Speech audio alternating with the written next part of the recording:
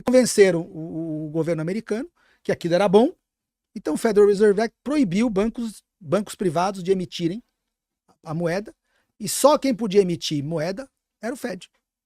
Até porque liberaram os bancos, né? Porque quando veio o Renascimento e esses caras, uma parte que faziam banco, que faziam, O né, Renascimento foi expansão, usura começou e a ter tal, expansão, né, do mundo. eles ficavam em guetos, né? Depois foi permitido abrir esses negócios de banco, e a relação entre o governo, o banco, e emprestar dinheiro para o consumidor final, que meio fica devendo ali, tem que trabalhar para isso, cria meio que uma ciranda meio malvada, assim, no sentido de que é uma acumulação de capital muito grande, né? E essa turma, eles emprestavam dinheiro pro governo, aí faziam o governo fazer guerra com o outro, aí emprestava para os E ao mesmo dois. tempo financiava a expansão. Eles faziam outras navegações atrás de dinheiro, atrás de ouro, atrás de riqueza, na Índia, não sei aonde. Tudo financiado. Financiado pelos próprios banqueiros que queriam mais, porque eles tinham que acumular mais. Como é que eu vou emprestar mais? Eu preciso de mais ouro, mais metais, mais riqueza, para fazer o funding do meu banco aqui. E o que é interessante? O Banco Central americano, ele não existia. Já tinham tentado montar alguns bancos centrais, e essa história, né, da emissão da moeda, tudo é uma discussão muito interessante. Eu ia passar muito tempo falando disso. Mas o fato é que em 1917 se criou novamente o Fed, o Banco Central americano. Ele foi criado numa ilha em Nova York, Ilha Jerkins, né? Jekyll Island. É, The Beast of Jekyll Island. E lá, os bancos americanos, que os sócios, né, e os controladores são essas famílias, eles são donos de metade do Fed, né? 50% do Fed é de banco. Você sabia que é público? Eu já falei isso aqui, né? É misto, né? Sociedade mista. O Fed é uma entidade privada que tem participação do governo e do... Mas o controle da instituição, capital controlador é privado. Eu fiquei sabendo há pouco tempo. E o JP Morgan tem uma participação muito grande, né? São 10 bancos regionais, tá? O Fed tem 10 branches regionais. Né? O Fed St. Louis, Fed de Filadélfia, Fed de Nova York, Fed de São Francisco, entendeu? Tem esses Feds todos aí. Fed de Chicago. E eu acredito que a maioria de quem tá assistindo a gente aqui não sabia dessa história. Que o Fed, ele é desses bancos. Antigamente, antes do Fed, como é que funcionava a emissão de dinheiro? Os bancos tinham metais no seu cofre. E contra esses metais, eles emitiam notas dizendo, ó, essa nota aqui vale tantas gramas de metal aqui. Do banco tal? Era tipo uma nota do banco? É a nota do banco. Tipo, eu tenho o Banco do Brasil e eu tenho tanto de metal. O Citibank, o JP Morgan tinha um cofre com ouro lá e falava, ó, eu tenho uma nota de $100 aqui, essa nota, $1 aqui, e esse $1 aqui equivale a tantas gramas aqui no meu cofre. Tá aqui no meu cofre, hein? Então ninguém precisava ir lá resgatar. Aquela nota tinha fé pública. Né? Good faith. E aquilo, lógico, você tem quem desonrasse aquilo, era um fraudador, o banco quebrava. Banco que não tinha o lastro emitia dinheiro, aquilo lá era dinheiro, mas se aquilo não tivesse lastro, todo mundo já ia sacar então lá. O mercado se regulava. As quebras serviam para regular o mercado. Quando você tinha alguém expandindo a moeda, emprestando sem ter o lastro, se aquilo ficasse descoberto, entendeu? Se o cara não tinha como cobrir, ele dava um crédito sem ter lastro, aquilo, uma hora que descobriu, então o mercado se autorregulava com esses constantes mini quebras que você tinha, né? O que o Fed fez quando criou? Né? Melhor que tenha pequenos incêndios do que deixar acumulando. Exatamente. Lá. Você tem pequenas crises, você nunca vai ter uma crise grande, vai ter a quebradeira. Sim. E era como funcionava o mercado no século XIX.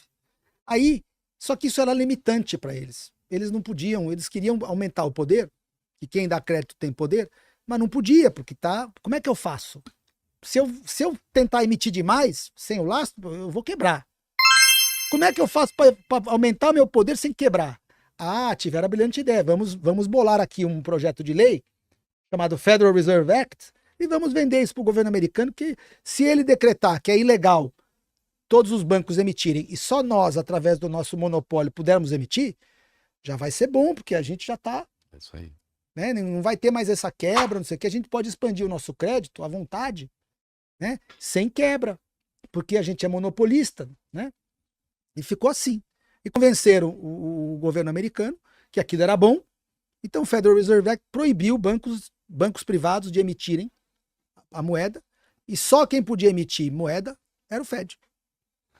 Foi assim. E o lastro dele também... Continuou o ouro. Continua ouro, Continua ouro. mas uma hora foi quebrado, né? Depois, foi quebrado. 70. Por que não foi quebrado antes? Ele começou a ser quebrado em 33 e terminou de acabar com esse lastro em 1971.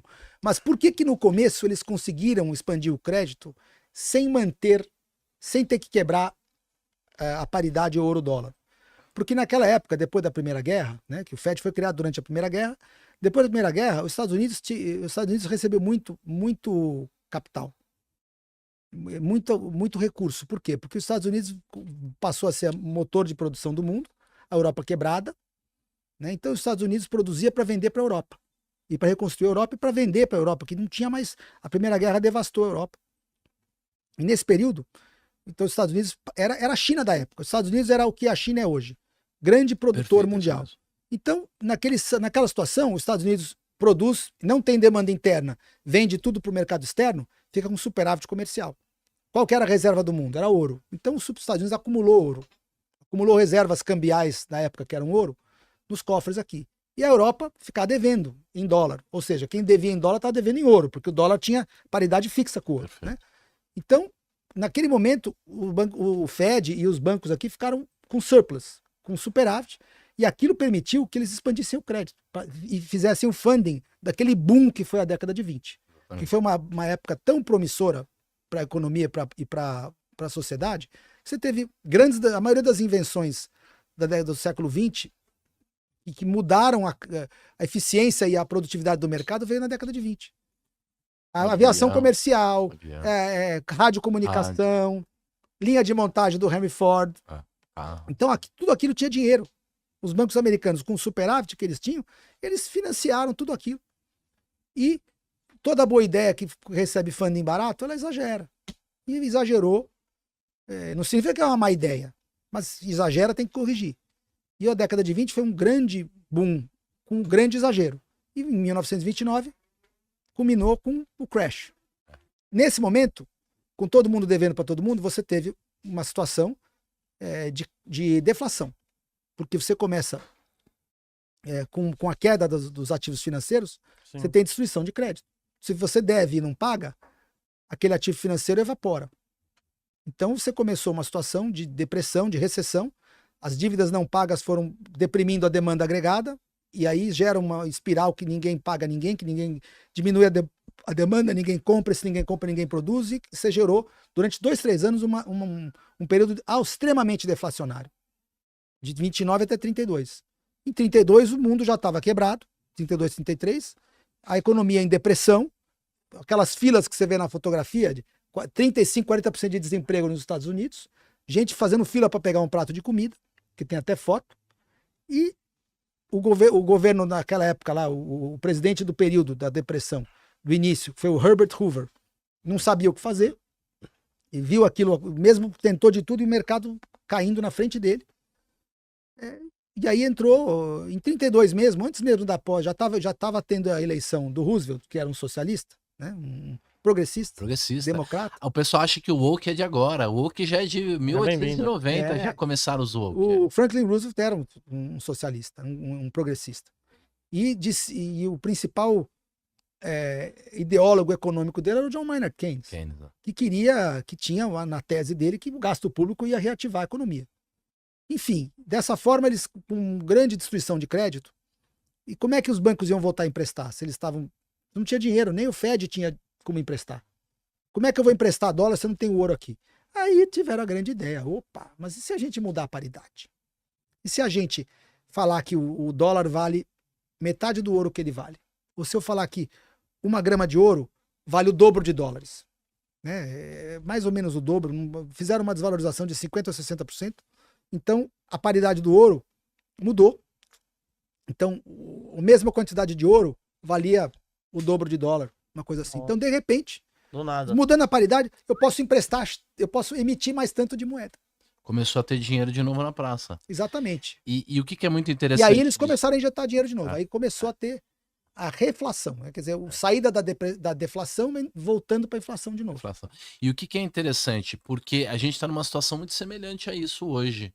No sentido de que tem muita dívida, imprimiram dólar. Dívida impagável. É, Né? mas a governo dívida imprime é dólar isso, do é nada. dólar. Mas, Porque não é mais ouro. É. Só para você chegar, não é mais Sim, ouro. sim. Aí ao longo da Segunda Guerra e daqueles anos dos baby boomers, da década de 50, 60, os Estados Unidos continuou sendo o motor do mundo de produção e consumo, aí passou a ser uma potência de consumo também, né? E os Estados Unidos sendo produtor mundial e consumidor mundial, sendo alimentado como? Com o crédito. E ao longo dos anos, eles foram mudando a paridade, cada vez foram baixando a paridade do ouro para o dólar. Então, esse foi. Antes de 29, antes de 1932, não existia essa coisa de inflação de 3%. Quem disse que tem que aceitar 3% ao ano de inflação? O certo é não ter inflação. Claro. Sim. Por que eles criaram essa coisa de meta de inflação? Porque eles já sabiam que estavam inflacionando. A inflação não é o preço. A inflação é você emitir moeda. Se aumentar o M1, M2, M3, você aumenta a moeda e aumenta crédito. Isso é inflação. Então, eles já sabiam que era o que eles queriam, aumentar o crédito. Como eles já tinham o monopólio, que era o Fed, agora a gente pode aumentar quanto a gente quiser. É só a gente mexer na paridade aqui. E foram diminuindo a paridade do ouro, e aumentando o volume de dinheiro disponível para os bancos e incentivando os bancos a emprestar. E com isso, lógico que isso é inflação. O efeito disso é preço. Então eles criaram essa coisa de meta de inflação só para ter uma desculpa. E passou a ser aceitável inflação de 3, 2, 3. Não é aceitável. É roubo. É um roubo aceitável. Porque cada vez que eu imprimo moeda, crédito, o crédito da mão, o crédito de alguém que já tem, marginalmente vale menos. Verdade. Porque eu não aumentei o produto do mundo, eu só aumentei o dinheiro. Se eu não aumentei o produto do mundo, mas aumentei o dinheiro que está na mão do cara que já tem vai valer menos. É verdade. Agora, o que define que vai valer menos? Na hora que o cara vai comprar e vê que não compra o que ele comprava antes. E, ao mesmo tempo, o mecanismo de crédito favorece os grandes. Porque se eu controlo quem dá crédito, e eu sei que agora eu vou emitir crédito aqui, vou aumentar, vou criar inflação, vou criar moeda. Quem que vai sair ganhando? O cara que pegar o empréstimo primeiro. Quem pega o empréstimo primeiro? Os amigos do rei. Quem se ferra no final? Aquele coitadinho que não pega crédito e tem o dinheirinho poupador lá que tá guardando, quando ele tira do banco para ir lá comprar, tá tudo mais caro. Esse cara é o que mais perdeu. E o que mais ganhou com a inflação é o cara que tem primeiro acesso ao dinheiro. Porque ele compra tudo antes do preço subir. É um desincentivo à austeridade, então por isso que o mundo ele tá na beira de um colapso civilizatório, que a gente vive um problema de moralidade muito grande, né? O mundo se viciou em dopamina barata, Sim. viciou em crédito, a gente já gasta o dinheiro do nosso neto, já gastou, né?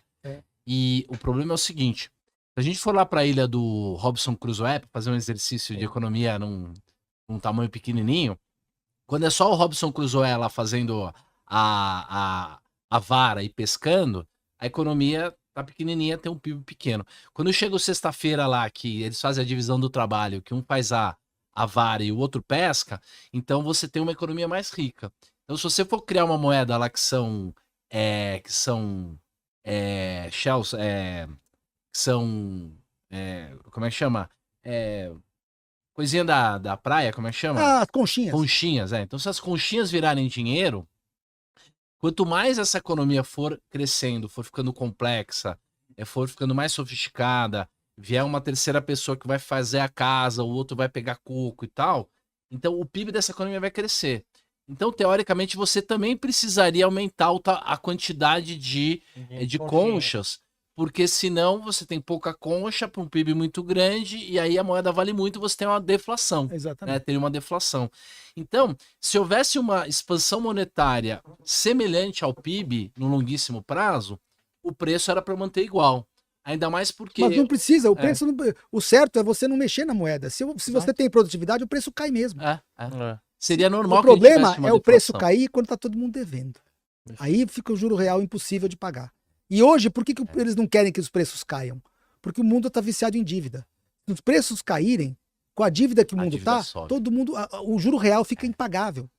Eu posso estar devendo a um juro de 0. Meu empréstimo pode ser a 0. Se os meus ativos caem 10%, eu vou perder, porque eu tenho que vender eles mais barato. Como é que eu vou pagar minha dívida? A dívida é 0. Então, o problema de preço caindo, se você não tem dívida, é uma maravilha quando o preço cai e você não tem dívida. Você ganha. Se você é um poupador e o preço cai, é uma maravilha, você ganhou. Agora, se você é um devedor, nem que o juro seja 0 e os preços caem, ou os ativos caem, por produtividade, pela razão boa. Exato. Tem razões boas para os preços caírem. Produtividade, inovação, barateamento de custo. É. Mas isso é impossível, eles não podem deixar o preço nominal cair, porque o mundo quebra hoje. Uma deflação hoje, não é só uma deflação, uma inflação muito baixa já é o suficiente para o mundo quebrar. Caramba. Exato. Tubarões, se vocês quiserem ver cotação de ações, de fundos imobiliários, de BDRs, ETFs, criptomoedas, você consegue ver através do site do Investidor 10, a plataforma completa. Tem diversos rankings também, maiores lucros, maiores ROIs, empresas que pagaram mais dividendos nos últimos 12 meses. É uma plataforma completa e você consegue gerenciar sua carteira. O QR Code tá aqui na tela, aqui, só você acessar ou no link da descrição aqui do vídeo também.